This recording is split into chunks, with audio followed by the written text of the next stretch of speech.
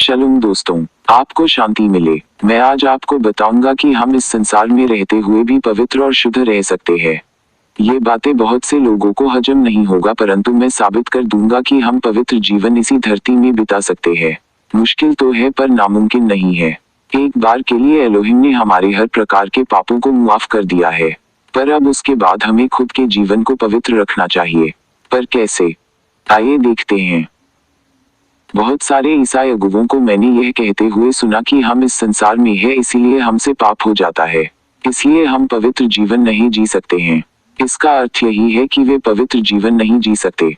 अक्सर वे कहते हैं कि मेरा अनुसरण मत करो क्योंकि मैं भी आपके जैसा ही पापी हूँ। मेरा अनुसरण मत करो बल्कि मसीह का अनुसरण करो। क्या एक अगुवा को ऐसा कहना चाहिए? नहीं, एक अगुवा को यह नहीं कहना चाहिए। अगर अगुवा यह कहे कि हम संसार में हैं इसलिए हम पवित्र जीवन नहीं बिता सकते हैं, तो बाकी लोगों का क्या होगा? मगर पौलुस कहते हैं कि तुम लोग वैसे ही मेरा अनुसरण करो जैसे मैं मसीह का अनुसरण करता हूँ। 1 कोरिन्थी 11:1 में।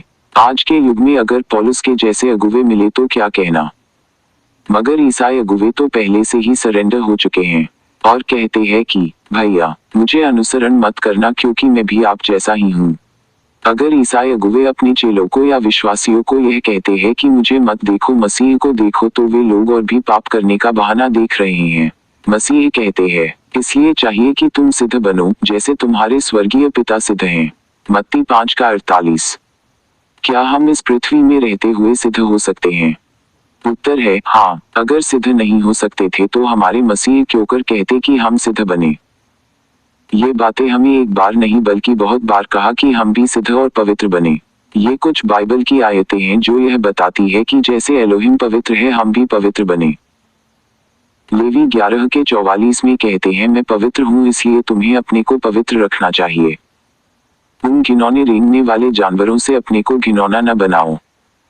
लेवी 11:45 में, मैं पवित्र हूँ अतः तुम्हें भी पवित्र रहना है।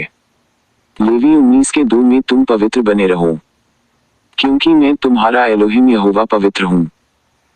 लेवी 20:26 में, और तुम मेरे लिए पवित्र बने रहना क्योंकि मैं यहोवा स्वयं पवित्र हूँ। लेवी 20:7 में, इसलिए तुम अपने आप को पवित्र करो और पवित्र बने रहो क्योंकि मैं तुम्हारा एलोहिम यहोवा हूँ। 1 पत्रस 1:16 में क्योंकि लिखा है कि पवित्र बनो क्योंकि मैं पवित्र हूँ। 1 पत्रस 1:15 में, पर जैसा तुम्हारा बुलाने वाला पवित्र है वैसे ही तुम भी अपने सारे चाल चलन में पवित्र बनो। लेवी 21:8, इसलिए तू याजक को पवित्र जानना क्योंकि वह तुम्हारे एलोहिम का भोजन चढ़ाया करता है, इसलिए वह तेरी दृष्टि में पवित्र ठहरे क्योंकि मैं यहोवा जो तुमको पवित्र करता हूँ पवित्र हूँ। व्यवस्था विवरण 23:14 में, इसलिए डेरा पवित्र रहना चाहिए, तब यहोवा तुम में कुछ भी घृणित नहीं देखेंगे और तुमसे आंखें नहीं फेरेंगे। इतने सारे बाइबल के पद है जिसमें एलोहिम कहते हैं कि तुम पवित्र बनो क्योंकि मैं पवित्र हूँ। हे मेरे दोस्तों, क्या खुद को पवित्र करने का तरीका क्या है? क्या ये इतना आसान है या बहुत कठिन है? मैं कहता हूँ कि अगर पालन किया जाए तो आसान है। मेरा प्रश्न है कि दुनिया में इतने सारे ईसाई हैं जो बाइबल की शिक्षा लेते हैं और देते हैं, क्या उनमें से एक भी ऐसा व्यक्ति है जो पवित्र है? आप बोलोगे हाँ होना तो चाहिए, पर मैं बोलूंगा कि एक भी नहीं है। यही मैं साबित करने वाला हूँ। यहूदी लोगों के पास 613 आज्ञाएं हैं जिसके पालन करने से वे पवित्र हो सकते हैं, ऐसा उनका मानना है। पर यह संभव नहीं है क्योंकि कोई भी इंसान पूरा व्यवस्था पालन नहीं कर सकता है। कहीं न कहीं वो गलती करेगा ही, इसीलिए उसे मसीह का अनुग्रह मिले बिना वो पवित्र नहीं बन सकते। अब ईसाई लोग क्या कहते हैं? उनके अनुसार रोज बाइबल पढ़कर उपवास करना और गिरजा में निरंतर जाना और दशवांश देना तो ही पवित्र बन सकते हैं।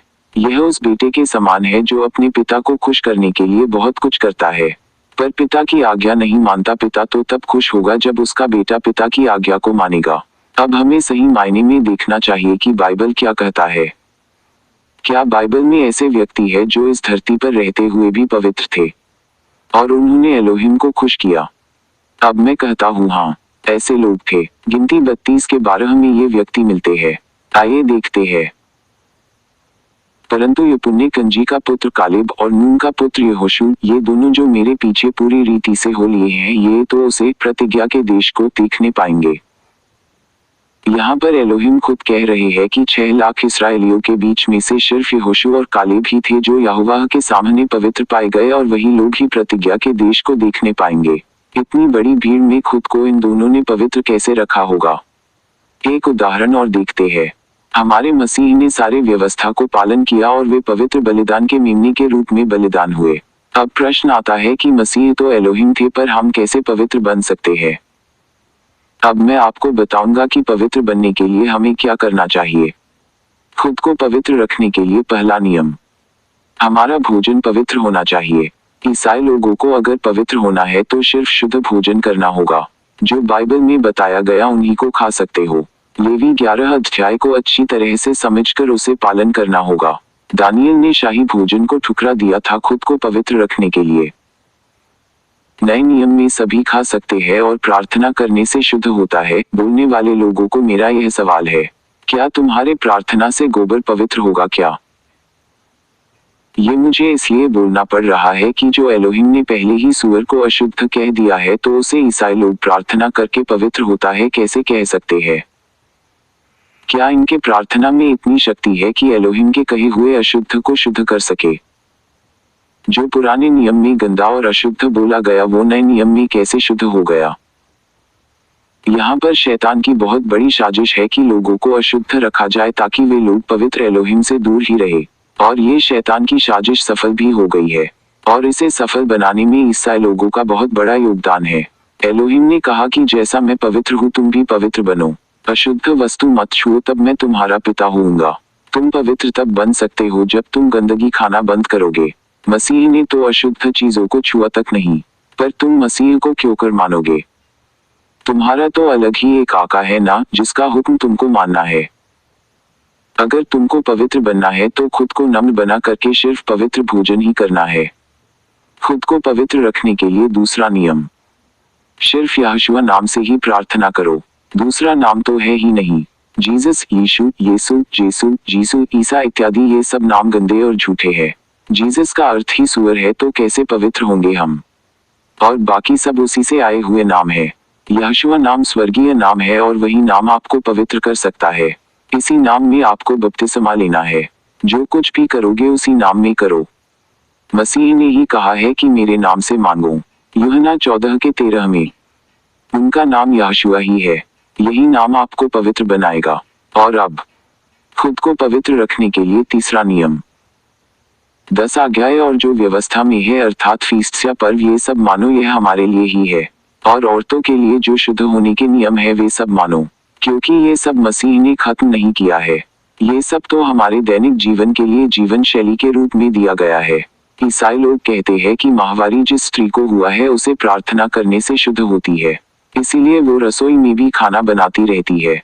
अरे वो अशुद्ध हो गई है और उसे 7 दिन तक अशुद्ध रहने की आज्ञा है। अगर कोई स्त्री बच्चा पैदा करती है तो अर्थात बेटा हुआ तो उसे 33 या बेटी हुई है तो 66 दिन तक अशुद्ध रहना चाहिए। ये सब व्यवस्था में है और आज भी मान्य है। मैं इसीलिए ईसाई के घर में पानी तक नहीं पीता हूँ, क्योंकि उनके घर में कुछ न कुछ गंदगी पकती रहती है। अगर औरत माहवारी में 7 दिन तक खुद को कुछ कामों से अलग रखती है तो इसमें क्या बुराई है?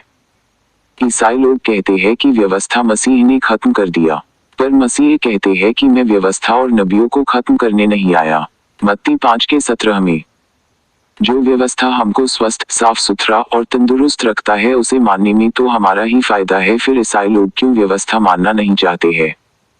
क्योंकि उनको बहुत बुरी तरह से छला गया है और यह छल शैतान ने उसके मानने वालों के द्वारा किया है। वे कहते हैं कि व्यवस्था में लिखा हुआ सब हमारे लिए नहीं है, वो तो यहूदियों के लिए है। अगर आज्ञा सब यहूदियों के लिए है तो मसीह भी उनके लिए ही है, तो तुम्हारे लिए क्या बचा? 10 आज्ञाएं मानो क्योंकि इसमें मॉरल लॉ है और इससे इंसान के चरित्र को अच्छा बनाता है, जैसे चोरी, हत्या, व्यभिचार, झूठ और लालच जैसे पापों से बचाता है। इस प्रकार के पापों से बचने से जीवन पवित्र बनता है। आज ईसाई लोगों के जीवन में ये सारे पाप पाए जाते हैं, इसीलिए उनके जीवन से पवित्रता कोसों दूर है। खुद को पवित्र रखने के लिए चौथा नियम, संडे को छोड़कर शबात मानना शुरू करो, क्योंकि यह 10 आज्ञा में चौथा आज्ञा है। इसमें एलोहिम ने कहा है कि विश्राम दिन को पवित्र मानो। निर्गमन 20 के 8 में है। इस दिन को एलोहिम ने पवित्र किया है। इस दिन में उन्होंने खुद भी विश्राम किया। उत्पत्ति 2 के 1 और 2 में अगर खुद को पवित्र रखना है तो पेगन फेस्टिवल्स नहीं मनाना होगा, जैसे Easter Sunday, good Friday, Christmas day और न्यू ईयर इत्यादि। ये सब शैतानिक लोगों से आए हैं।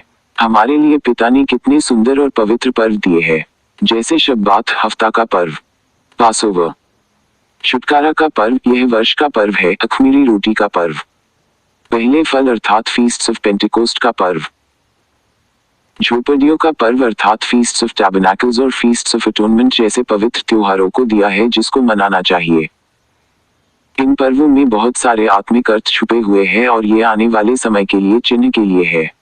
पर ईसाई लोगों को तो एलोहिम के दिए हुए पवित्र त्योहार मानने की बजाय शैतानिक पर्वों को मनाने में ही मजा आता है, क्योंकि वे अपने आका को खुश करना चाहते हैं। अगर खुद को पवित्र रखना है तो पिता के दिए आज्ञाओं को मानना ही होगा। खुद को पवित्र रखने के लिए 5वां नियम यह है कि अपने वचनों को शुद्ध करो। यह मुंह तुमको गंदगी फैलाने के लिए नहीं दिया गया है। बाइबल कहती है कि तुम्हारा वचन सदा अनुग्रह सहित और सलोना हो कि तुम्हें हर मनुष्य को उचित रीति से उत्तर देना आ जाए। कोलोसी 4 के 6 पद में कोमल उत्तर से क्रोध शांत होता है किंतु कठोर वचन क्रोध को भड़काता है। नीतिवचन 15 के 1 में ऐसे ही एक कवि कहते हैं कि मीठी वाणी बोलिए मन का आपाक होए और उनको शीतल करे आपहु शीतल होए। आप यह निश्चित करें कि आपसे वचन का पाप न हो। यह भी 10 आज्ञा के 9वां आज्ञा में मिलता है कि तुम झूठ नहीं बोलना या झूठा साक्षी नहीं देना। झूठ बोलने से इंसान खुद के नजर में गिर जाता है। वचन को पवित्र बनाए, हमारे मुंह से गाली गलौज न निकले। वचन का पाप भी इंसान को अपवित्र करता है। सभी से एक समान बर्ताव करे और मसीह का प्यार फैलाए। मसीह ने कहीं पर भी किसी को भी गाली नहीं दी, किसी को अपशब्द नहीं कहा। उनके मानने वाले होकर हम वचन से पाप करते हैं तो हमारा जीवन कभी भी पवित्र नहीं हो सकता। कोयल को सब पसंद करते हैं उसके आवाज की वजह से, कौवा को भी कोई पसंद नहीं करता उसके आवाज की ही वजह से। तो हम यह ठान लें कि हम खुद को पवित्र रखने के लिए पवित्र भाषा ही बोले। तो आइए हम ये 5 नियम का पालन करें अर्थात पवित्र भोजन ही खाए और सिर्फ यहोशुआ नाम में ही प्रार्थना करे और 10 आज्ञा को माने और खास करके शबात का पालन करे और अपनी बोली वचन में खास ध्यान दे और खुद को पाक साफ रखे बाहर से भी और अंदर से भी। आज के लिए इतना ही बस। आपका मित्र बेन्याहू, बैंगलोर से।